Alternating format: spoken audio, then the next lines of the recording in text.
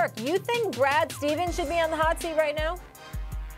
Hell yeah, he should be on the hot seat. And look, here's the sensitive subject for me, because you know how embedded I am with the Boston Celtics and the city of Boston. You know, that's my home away from home. But yes, because I'm watching this Celtic team and they lack accountability.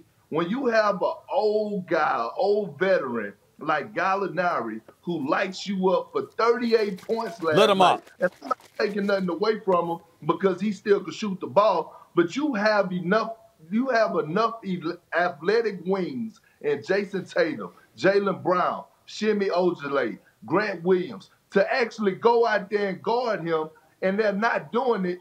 It shows me that Brad Stevens is just getting walked over. They talking about, oh, it's not Brad Stevens. That's not his demeanor. He's not a guy that hollers. Then what the hell are you here for if you're not going to hold guys accountable? I watched Jayson Tatum last night and games before that.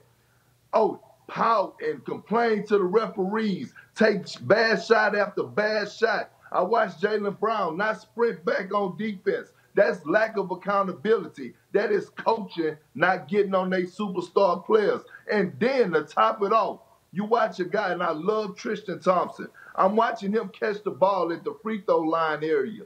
And he's trying to show everybody that he could go between his legs and take a guy off the dribble. That's lack of accountability, and that's saying I could do what I want as a role player. And that's disturbing. I'm watching Daniel Tice walk into three-pointers at the beginning of shot clocks. As soon as they cross half court, the ball swung his way. Instead of him going into a quick dribble handoff, he's stepping into a three-point shot.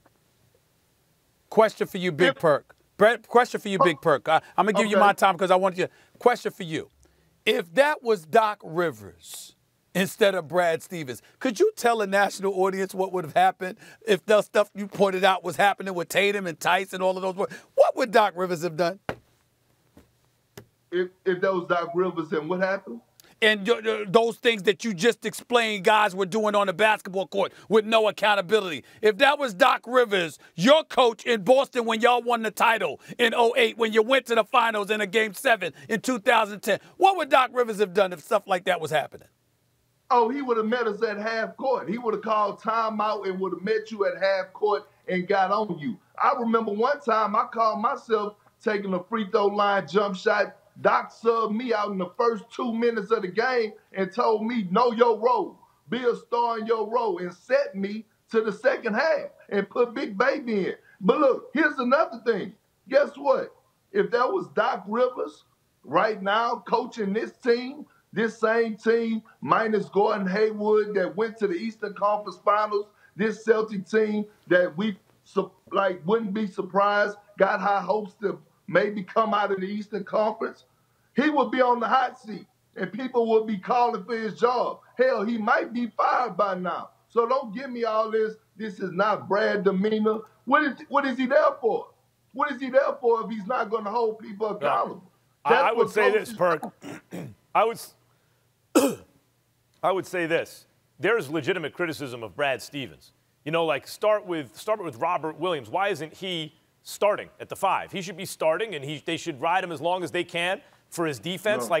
They should. There are things that I disagree with Brad Stevens here and there. Everyone can do a better job, and everyone's up for evaluation, including Brad Stevens.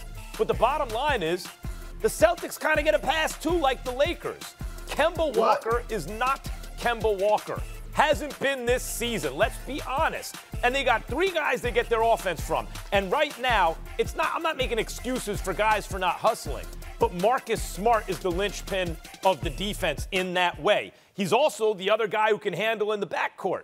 So you're missing 2 pieces that help your team go. The Celtics don't have the margin for error that other elite teams do. They can't have no real Kemba Walker and also not Marcus Smart. No Max. And then also not get a good enough effort. I agree with, but Max, that's more roster construction than coaching.